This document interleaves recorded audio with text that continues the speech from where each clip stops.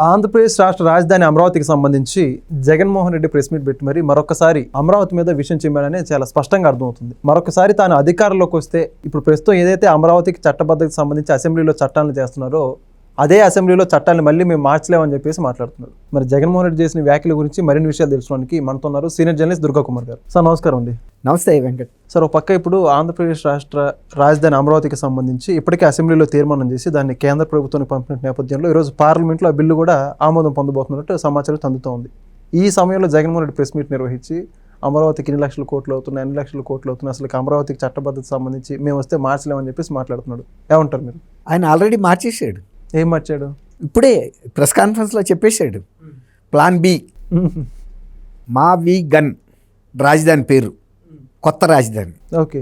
మచిలీపట్నం మా M A, Vijayawada V I, Guntur G U N, 110 kilometres రేంజ్ని ఇది నేషనల్ హైవే చేసేసి ఇది నేషనల్ అంటే క్యాపిటల్ రీజియన్. ఓకే.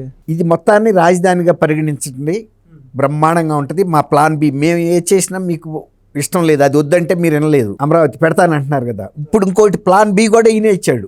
అధికారంలో ఉండి రాజధాని ఆపుతాడు, అధికారంలో లేకుండా కూడా రాజధాని ఎక్కడ పెట్టాలో ప్రస్తుత ప్రభుత్వానికి చెబుతున్నాడు. మరి 2019 నుంచి 24 వరకు ఉన్నప్పుడు ఈ మావి గన్ను ఎందుకు పెట్టలేదు? ఓకే, పెట్టాలి కదండి. 5 సంవత్సరాలు ఆయన 151 సభ్యులు ఉన్నారు. మరి ఆయన మావి గన్ పెట్టేస్తే అసలు ఈ పార్టీకి ఇంకోటి కూడా చెబుతున్నాడు, అసలు అక్కడ పెద్దగా చేయాల్సింది కూడా ఏమీ లేదు, 2 కోట్లు పెట్టి ఇక్కడ చేయాల్సినంత అవసరం, అందులో 10% పెడితే ఆల్రెడీ అక్కడ ఇన్ఫ్రాస్ట్రక్చర్ రోడ్లు అన్నీ ఉన్నాయి. తర్వాత జనం ఉన్నారు, ఒక 30 లక్షల మంది విజయవాడలోను, ఒక 20 లక్షల మంది గుంటూరులోను, ఒక 4-5 లక్షల మంది మచిలీపట్నంలో. అంటే ఇది ఒక 30, అదొక 20, 50, అదొక 55 లక్షల మంది. ఇక్కడ జనంతో రాజధాని అక్కర్లా, వాళ్ళు ఎప్పుడు ఉంటారు. రాజధాని పెట్టినా విజయవాడలో 30 లక్షలు ఉంటారు, రాజధాని పెట్టినప్పుడు గుంటూరులో 20 లక్షలు కొనసాగుతారు, మచిలీపట్నంలో కూడా కొనసాగుతారు. ఇప్పటికి మచిలీపట్నం నుంచి నేషనల్ బ్రహ్మాండమైన హైవే ఉంది. ఈవెన్ రేవంత్ రెడ్డి గారు కూడా ఇక్కడ హైదరాబాద్లో కట్టే 4th సిటీ నుంచి కూడా మచిలీపట్నానికి ఒక ఎక్స్ప్రెస్ గ్రీన్ హైవే వేసేస్తానని చెప్పాడు, ఎలివేటెడ్ కారిడార్ లాంటిది. కాబట్టి మచిలీపట్నానికి వచ్చినప్పుడుకే లోటు కూడా ఏం లేదు. ఇప్పుడు అమరావతి రాజధానిగా ఎట్లా డెవలప్ అవుతుందో అంతకన్నా ముందే ఈయన చెప్పిన డెవలప్మెంట్ వచ్చేసింది. ఆయన కూడా ఒప్పుకుంటున్నాడు. ఆల్రెడీ అక్కడ ఇన్ఫ్రా వచ్చేసింది కాబట్టి చంద్రబాబు నాయుడు గారికి అక్కడ ఖర్చు పెట్టడానికి అవకాశం లేదు కాబట్టి అక్కడ పెట్టడు, అవన్నీ ఖర్చు చేసినట్టు చేసి కమిషన్ల కోసం ఈ రాజధాని కడుతున్నాడు అని చెబుతున్నాడు. ఒక పక్కన అసలు రాజధాని అనేది అంబేద్కర్ రాసిన రాజ్యాంగం మొత్తం చదివాను నేను. 4 గోడల మధ్యలో బైబిల్ ఎంత శ్రద్ధగా చదువుతాడో రాజ్యాంగాన్ని కూడా బాగా చదువుతున్నది. ఎందుకంటే ఆయన కేవలం రాజధాని మీదే కాన్సన్ట్రేట్ చేశాడు. ఒక్కొక్కడు ఒక్కొక్కటి పట్టుకుంటాడండి, దాంతో ఒక్కోసారి ప్రాణం కూడా పోతుంది. ఇప్పుడు అమరావతి అనేది వైఎస్ఆర్సీపీకి ప్రాణ సంకటంగా పరిస్థితికి వచ్చింది. అసలు వైఎస్ఆర్సీపీ రాజకీయ పటంలో లేకుండా పోవటానికి రాజధాని సబ్జెక్ట్ కారణం కాబోతుంది. ఈయన దాని మీద వేస్తున్న పిలిగింతలు ఎటేస్తున్నాడో తెలియటం లేదు. ఇప్పటికే రాజధాని మీద అనేక రకాల మాటలు మార్చాడు. రాజధాని గురించి ఉండాలి, అసలు రాజధానే లేనప్పుడు ఈ ప్లాన్ బి ఇవ్వటం ఎందుకు? మావి గన్ ఏంటి? గన్ అంటేనంట జగన్ అనుకుంటారని చంద్రబాబు పెట్టడంట. ఈ గన్ను చూసి చంద్రబాబు భయపడిపోతున్నాడు. పేలని గన్ను, తుప్పట్టిన గన్ను. ఏం మాటలు మాట్లాడతాడండి ఆయన? ఒక ముఖ్యమంత్రి స్థాయిలో పనిచేసిన వ్యక్తి ఎవడో వీధి నాయకులు మాట్లాడే మాటలు, సర్పంచులు కూడా మాట్లాడరు ఆ స్థాయి మాటలు. ఇతను మాట్లాడామంటే మన నోటంటి వచ్చిందంటే ఒక జాతీయ స్థాయిలో కూడా ఒక ఆకర్షణీయంగా ఉండాలి ఆ మాటకి. నేను మార్చలేనా అంటున్నావు, అసలు నువ్వు ఎందుకు మార్చాలి? అసలు అది ఆ చట్టానికే విలువ లేదని కదా నువ్వు చెబుతున్నావు. రాజ్యాంగంలో లేని రాజధాని గురించి చట్టం చేసినప్పుడు రాజ్యాంగమే దాన్ని చెల్లదని చెప్పేస్తుంది కదా. నువ్వు ఇంకొకసారి మార్చాల్సిన అవసరమే ఉంది. వాడు చేసిన తప్పు నువ్వెందుకు చేస్తావు? నీకైతే రాజ్యాంగం పూర్తిగా తెలుసు కదా, ప్రతి లెటరు తెలుసు. మొత్తం ఎతికాడు కింద 20 సార్లు రాజ్యాంగాన్ని ఇటు అటు చదివేశాడు. ఎక్కడా రాజ్యాంగం అనే పదం అనేది లేదని చెబుతున్నాడు.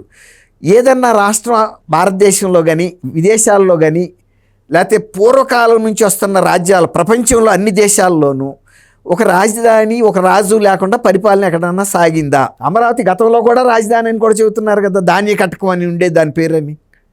మరి ఆ రోజుల్లో కూడా ఒక రాజధాని అనే కాన్సెప్ట్ ఉంది కదా.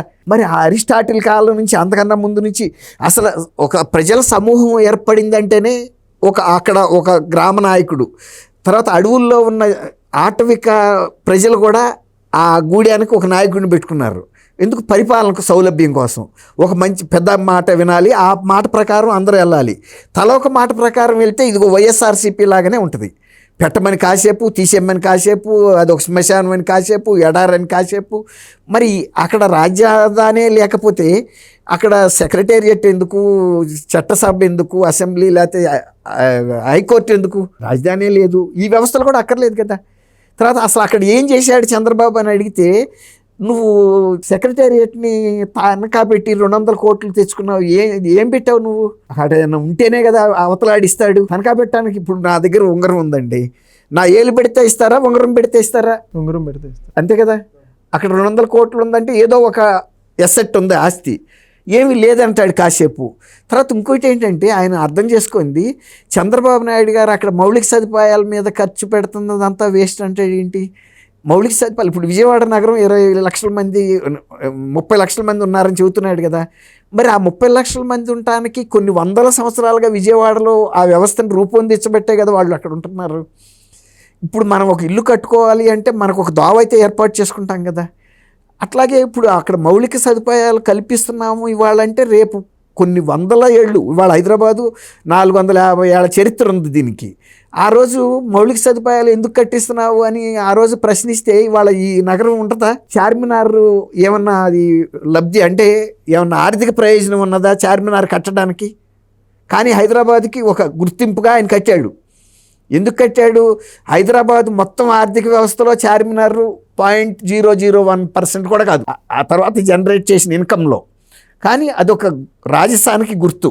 ఇప్పుడు ఇంత పెద్ద పెద్ద రాబోయే 40 ఏళ్లకు సంబంధించిన అవసరాల కోసం అక్కడ వ్యవస్థల్ని రూపొందిస్తున్నప్పుడు అక్కడ మౌలిక సదుపాయాలు కూడా ఎందుకు కడతారు అంటాడు. రాజధాని వద్దన్నప్పుడు ఇంకా నీ ప్లాన్ బి ఎవరికి కావాలి? మచిలీపట్నం నుంచి గుంటూరు రాక ఎందుకు? ఆ రాజధానిలో ఎవరు నడవాలి? ఈ చివరి నుంచి ఆ చివరి రాక 120 కిలోమీటర్లు, అది ఒక నగరం ఒక పట్టణం అని అనగలుగుతామా మనం? అట్లాంటి హైవేలు ఇవాళ మద్రాసు నుంచి కలకత్తా హైవే ఆంధ్రప్రదేశ్లో కొన్ని 100 కిలోమీటర్లు గుండా వెళ్తుంది. అట్లాంటి హైవేలు అనేకం ఉన్నాయి, విజయవాడ హైదరాబాద్ మధ్య ఉన్నాయి అనేకం. మరి ఇవన్నీ కూడా అభివృద్ధి చెందినట్టే కదా. ఆ పక్కన ఉన్న గ్రామాలు అభివృద్ధి చెందినాయి, చిన్న పట్టణాలు అభివృద్ధి చెందినాయి, నగరాలు కూడా అభివృద్ధి చెందినాయి. కానీ వాటన్నిటినీ రాజధానిగా మరి అసెంబ్లీ ఎందుకు పెట్టలేదు? ఆ రోజు నువ్వు 5 సంవత్సరాలు నువ్వు ఉన్నప్పుడు మచిలీపట్నంలో అసెంబ్లీ, ఇక్కడ విజయవాడలో సెక్రటేరియట్, గుంటూరులో హైకోర్టు, 120 కిలోమీటర్ల లెంగ్త్లో మావిగన్. ఇప్పుడు నేషనల్ క్యాపిటల్ రీజియన్ ఎన్సీఆర్ అంటారు ఢిల్లీని. ఇప్పుడు పెట్టారు బాగా డెవలప్ అయిపోయి అవన్నీ కూడా కలిసిపోయిన తర్వాత నేషనల్ క్యాపిటల్ రీజియన్ అని పెట్టారు. అట్లాగే నువ్వు కూడా ఏపీ ఇది మావిగన్ అనేది ఇప్పుడు ఇవాళ అమరావతి ఎంత పాపులర్ అయిందో ఇది పాటికి ఈ 5 సంవత్సరాల్లో కనుక నీ మనసులో ఉన్న ప్రతిదీ కనుక అమలు చేసి ఉంటే, నువ్వు అమలు చేయింది తీసుకొచ్చి చంద్రబాబు నాయుడు గారి మెడలో ఎందుకు వేస్తావు? ఆ టైరు, అరిగిపోయిన టైరు నువ్వు వేసుకోవాల్సింది. మావిగన్ను నీ టైంలో పెట్టావు కాబట్టి జగన్ అనే పేరు కూడా చరిత్రలో నిలిచిపోయేది. పలానా నీ పేరు పెట్టాడు, ఆయన గన్ అని ఉంది కదా, జగన్లో గన్. ఆ గన్ కూడా ఉంటే మరి నిజాం కనుక ఈ హైదరాబాద్ నగరాన్ని ఎలా నిర్మించాడో ఆయన పేరు కూడా అప్పుడు 2019-24 మధ్యలో జగన్ అనే ఆయన ముఖ్యమంత్రిగా ఉన్నాడు. అప్పుడు ఈ కొత్త ప్రతిపాదన పెట్టాడు, ఇంత 120 కిలోమీటర్ల క్యాపిటల్ని నిర్మించాడు. ఆ గన్ అనేది గుంటూరు కాదు, ఆయన కూడా పేరు కలిసే విధంగా పెట్టుకున్నాడు. ఇప్పుడు ఏపీ జెడ్ అంటారు చూసారా, అది జెడ్ అంటే ఏంటంటే అది జకీరా అని ఆ నిజామీ ఫ్యామిలీలో ఒక ఆమె పేరు. అది ట్రాన్స్పోర్ట్కి పెట్టారు. అది ఇప్పటికి చాలామంది అవుతుంది. తెలంగాణలో కానీ ఆర్టీసీ బస్సులకి జెడ్ అని ఉంటుంది. అది నిజాం ఫ్యామిలీలో ఒక మహిళ పేరు. అట్లాగే ఇవాళ ఒక చరిత్రలో నిలిచిపోయే అవకాశాన్ని వదులుకుని అయిపోయిన తర్వాత, రైలు వెళ్ళిపోయిన తర్వాత ప్లాట్ఫారం మీదకి వస్తే జీవితకాలంలో రాదా రైళ్ళు?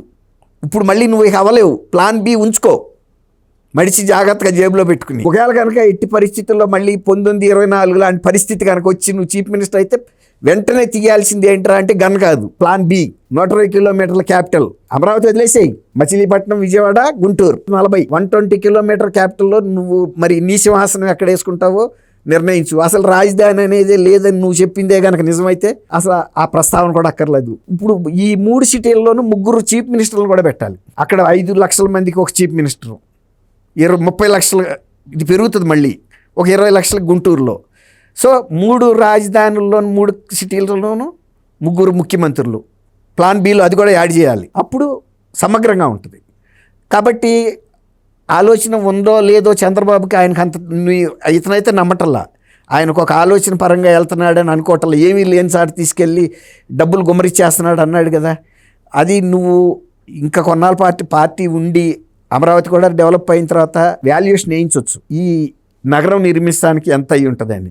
ఆయన పెట్టిన ఖర్చుకి వాల్యుయేషన్కి కనుక సరిపోతే ప్రజలే న్యాయ నిర్ణేతలు. ఒకవేళ కనుక ఆయన అందులో కొన్ని వేల కోట్లు తినేశాడంటే కనుక ప్రజలు ఆయన్ని దూరం పెడతారు. ఈయన్ని దూరం పెట్టారు కదా. 2019 నుంచి 24 రాక దుష్ట పరిపాలన చేశాడు, అసమర్థ పరిపాలన చేశాడు, అప్పులు కుప్ప చేశాడు, తను వ్యక్తిగత ఆస్తులు సంపాదించుకోవడానికి మన దోసుకున్నాడని పూర్తిగా నమ్మారు. కాబట్టి చంద్రబాబు నాయుడు గారిని కూడా నువ్వు ప్రూవ్ చేయి 29లో, అప్పుడు ప్లాన్ బి అమలు చేయడానికి మంచి అవకాశం ఉంటుంది. అంతే తప్ప ఈ అర్థం లేని మాటలు. ఇంకోటి ఏంటంటే, మిథున్ రెడ్డి వాళ్ళ పార్టీ లోక్సభ పక్ష నాయకుడు ఆంధ్రప్రదేశ్ విభజన చట్టంలో జరుగుతున్న మార్పులకి సంబంధించి అమరావతి మాత్రమే రాజధాని అనే చట్ట సవరణకి ఆ చర్చలో మేము పాల్గొంటామని కూడా చెప్పాడు. ఈయనేమో అసలు రాజధాని లేదన్నాడు కదా. రెండు పరస్పర విరుద్ధంగా ఉన్నాయి. ఒకవేళ కనుక ఇదే కనుక కరెక్ట్ అయితే జగన్మోహన్ రెడ్డి గారు రాహుల్ గాంధీ ఇండియా కూటమిలతో చెప్పి అసలు రాజధాని అనే పదమే లేని సాట వీళ్ళు ఒక రాజధాని చట్టం చేస్తున్నారు, అదే అంశం మీద లోక్సభలో మీరు విభేదించండి, మా సభ్యులు కూడా మీతో ఏకీభవిస్తారు, మీ కలిసి వస్తారని చెప్తే జాతీయ స్థాయిలో చర్చ జరుగుతుంది. అప్పుడు ఇతర రాష్ట్ర రాజధానులు కూడా రద్దు చేసే అవకాశం ఉంటుంది. ఎందుకు ఈ రాజధానులు పేరు చెప్పుకుని ఖర్చులు పెడుతున్నారు వీటి మెయింటెనెన్స్ కోసం? ఎక్కడ కూర్చుంటే వెళ్ళపోదు, ఎక్కడన్నా నేషనల్ హైవే పక్కన ముఖ్యమంత్రులకు ఒక భవనం కట్టేస్తే అయిపోతుంది. నేషనల్ హైవేకి ట్రాన్స్పోర్టేషన్ ఈజీగా నేషనల్ హైవేలోంచి ముఖ్యమంత్రి ఆఫీస్లోకి వెళ్ళిపోవచ్చు. అట్లాగే అసెంబ్లీ కడితే రోడ్డు వెళ్ళిపోతుంది, పక్కనే హోటళ్ళు కడతారు కదా. అట్లా మౌలిక సదుపాయాలు ఈజీ. ఇంకా దానికోసం ఇంకొక రూపాయి కూడా కట్టక్కర్లా, ఖర్చు చేయక్కర్లేదు, మెయింటెనెన్స్ కూడా చేయక్కర్లా. అక్కడ డ్రైనేజ్ వ్యవస్థలో ఏం అక్కర్లేదు కదండి. రోడ్డులోంచి వెళ్ళిపోతుందా లేదా? 3 పక్కనే అన్నీ, high court, legislature, assembly, secretariat 3, chief minister residence, governor రాజ్భవనం, అన్నీ హైవేల పక్కన కట్టుకుంటారు. రాజధానులు ఎందుకండి ఇంతంత పెద్ద పెద్ద మెయింటెనెన్స్లు? పంజాబీ దాబాలా మరి, లేకపోతే ఇంతంత మెయింటెనెన్స్ ఎట్లా చేస్తారు? కొన్ని వేల కిలోమీటర్ల రోడ్లు ఉంటున్నాయి, డ్రైనేజ్ వ్యవస్థలు ఉంటున్నాయి, పవర్ సప్లైస్ ఇవన్నీ ఉంటున్నాయి. సింపుల్, ఆయనే చెప్పాడు 20% కూడా ఖర్చు కూడా ఉండదని చెబుతున్నాడు. ఈ 110 కిలోమీటర్ల స్ట్రిప్లో, ఎయిర్ స్ట్రిప్ లాగా. ఇప్పుడు నేషనల్ హైవేస్ని డిఫెన్స్ ఎయిర్ ఫైటర్స్ దిగటానికి ఉపయోగిస్తున్నారు. అట్లాగే ఈ న్యూ కాన్సెప్ట్ ప్లాన్ బీజేపీలో ఉంది, అది నేషనల్ స్థాయిలో చర్చకి పెట్టమనండి, అంతే కదా. ఇంతంత రాజధానులు ఇంతంత ఖర్చులు అక్కర్లేదు, ఎక్కడైనా సరే నేషనల్ హైవే వేసేసి ఉన్నాయి ఇప్పటికే. కాబట్టి జగన్మోహన్ రెడ్డి గారి ఆలోచన ఎంత కన్ఫ్యూజన్గా ఉన్నాడంటే, అమరావతి ఒక్కొక్క బ్రిక్కు పెడుతుంటే అది అమరావతిలో పెట్టినట్టు లేదు, ఆయన గుండెల్లో పెట్టినట్టుంది బరువు. మనిషి అంత డిస్టర్బ్డ్ అయిపోతున్నాడు. ఎంత అమరావతిలో పురోగతి వస్తుందో ఈయన మనసు అంత వికలం అయిపోతుంది. థ్యాంక్ యూ వెంకట్, మన వీక్షకులు. Please subscribe to Leo news for more videos.